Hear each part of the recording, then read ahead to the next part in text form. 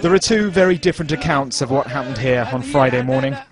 Colonel Gaddafi's government say this is the remains of a guest house in Brega. They claim 18 people died, 11 of them they say were clerics. Pictures which we've chosen not to use show a number of dead bodies, all male and with horrific injuries.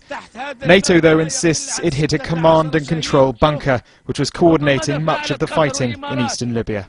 Well, the Libyan government won't, at the moment at least, take us to Brega to see for ourselves what happened. We've asked them instead for a detailed location of where they say this guest house was, and they gave us this morning this piece of paper. It's a Google map. They've marked on the guest house, a mosque, a clinic, and they've given us the coordinates of the exact location. Looking on the map here, you can see Brega just south of Benghazi, over in the east of the country. It's a coastal town, it's a port.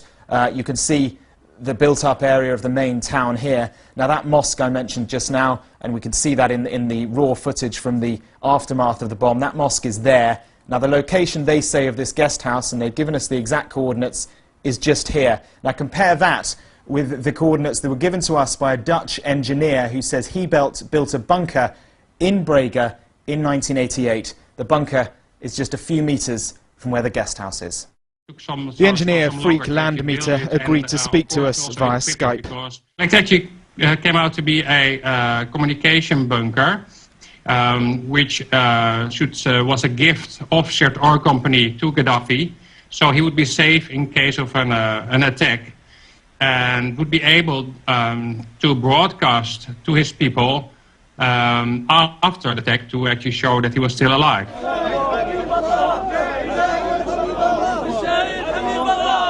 Throughout this conflict, Colonel Gaddafi's government has been accused of using human shields and making claims that simply aren't true. There's no doubt that people did die in the airstrike.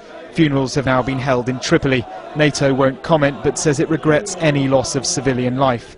We can't prove whether those killed were religious leaders, civilians or even soldiers, but we do now know they were staying above one of Colonel Gaddafi's command and control bunkers.